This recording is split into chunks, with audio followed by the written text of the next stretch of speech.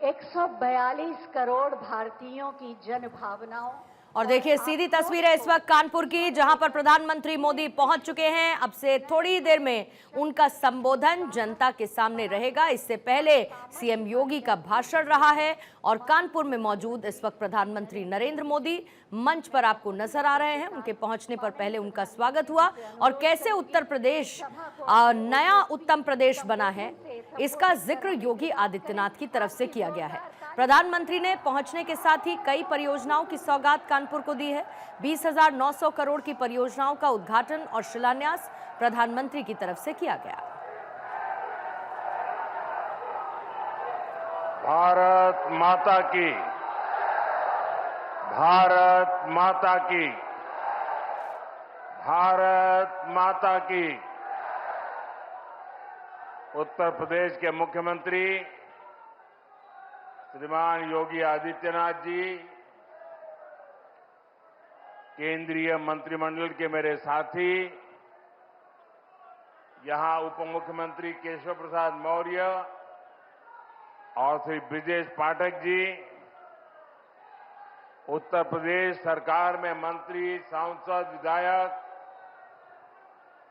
और विशाल संख्या में पधारे हुए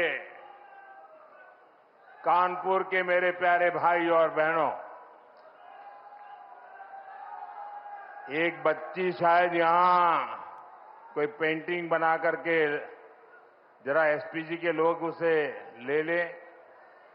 उधर भी कोई एक चित्र बना करके लाया है, उस कोने में आप अपना अता पता उस पर लिख देना, मैं चिट्ठी भेजूंगा। एक उधर कोने में कोई नौजवान है,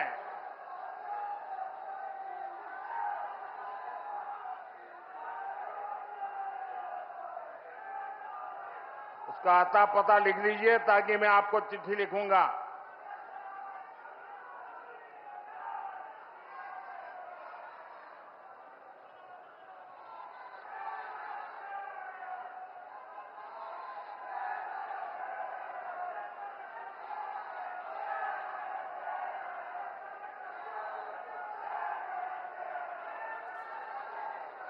ये इधर एक बालक कब से हाथ उठा रहा है। तेरे कंधे पर दर्द होगा, आज थक जाओगे।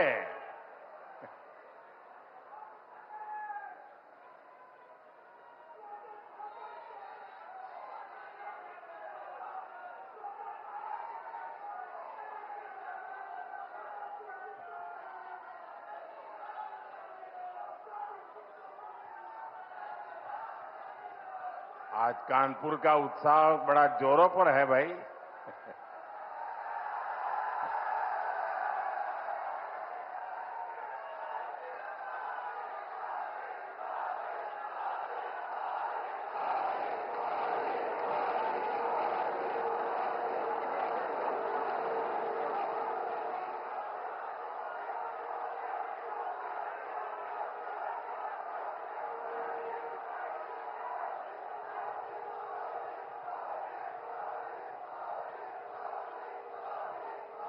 उधर कोई जरा फोटोग्राफर उधर देखो,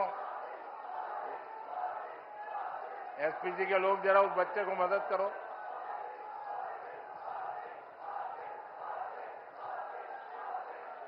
भारत माता की, भारत माता की। कानपुर में विकास का एक कार्यक्रम 24 अप्रैल को होने वाला था, लेकिन पहलगाम हमले के कारण मुझे अपना कानपुर दौरा रद्द करना पड़ा। पहलगाम के कायरना आतंकी हमले में हमारे कानपुर के बेटे शुभम द्विवेदी ने भी इस बर्बरता का वो शिकार हुए। बेटी ऐशन्या की वो पीड़ा, वो कष्ट और भीतर का आक्रोश हम सब महसूस कर सकते हैं। हमारी बहनों बेटियों का वही आक्रोश ऑपरेशन सिंदूर के रूप में पूरी दुनिया ने देखा है।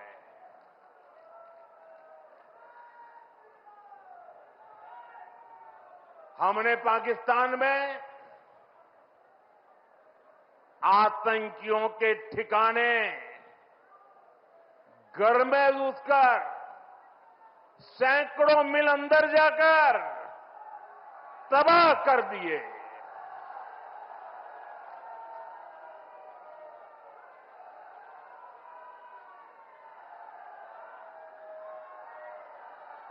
और हमारी सेना ने ऐसा पराक्रम किया कि पाकिस्तानी सेना को गिड़गिड़ाकर युद्ध रोकने की मांग करने पर मजबूर होना पड़ा।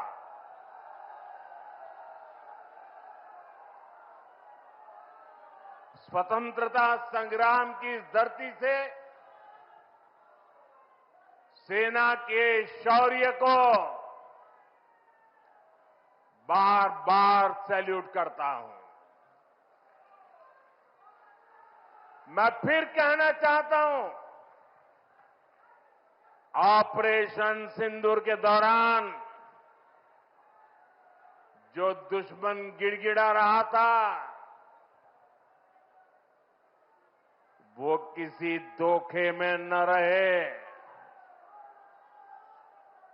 ऑपरेशन सिंदूर अभी खत्म नहीं हुआ है।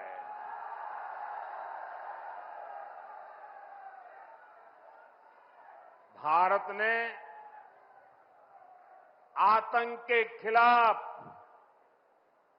अपनी लड़ाई में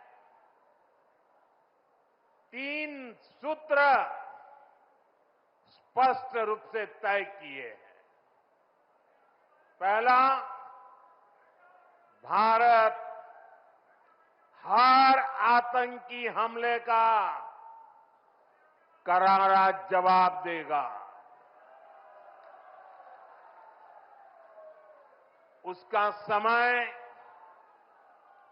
जवाब देने का तरीका और जवाब देने की शर्तें हमारी सेनाएं खुद तय करेगी।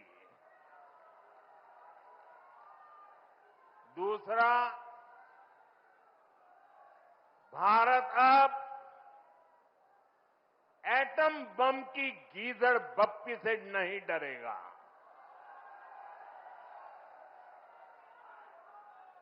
और न ही उसके आधार पर कोई फैसला लेगा। तीसरा, आतंक के आका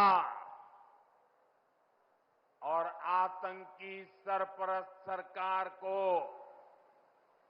भारत एक ही नजर से देखेगा। पाकिस्तान का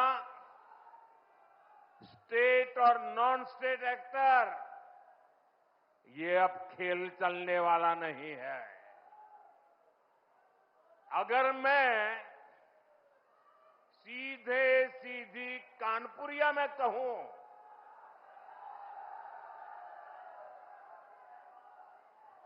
तो दुश्मन कहीं भी हो, हौंक दिया जाएगा।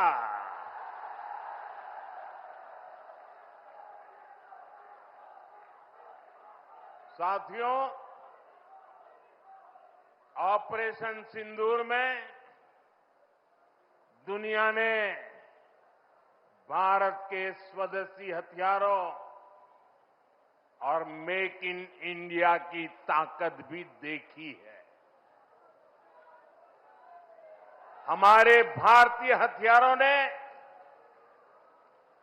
ब्रह्मोस मिसाइल ने दुश्मन के घर में घुसकर तबाही मचाई। जहां टारगेट तय किया, वहां धमाके किए।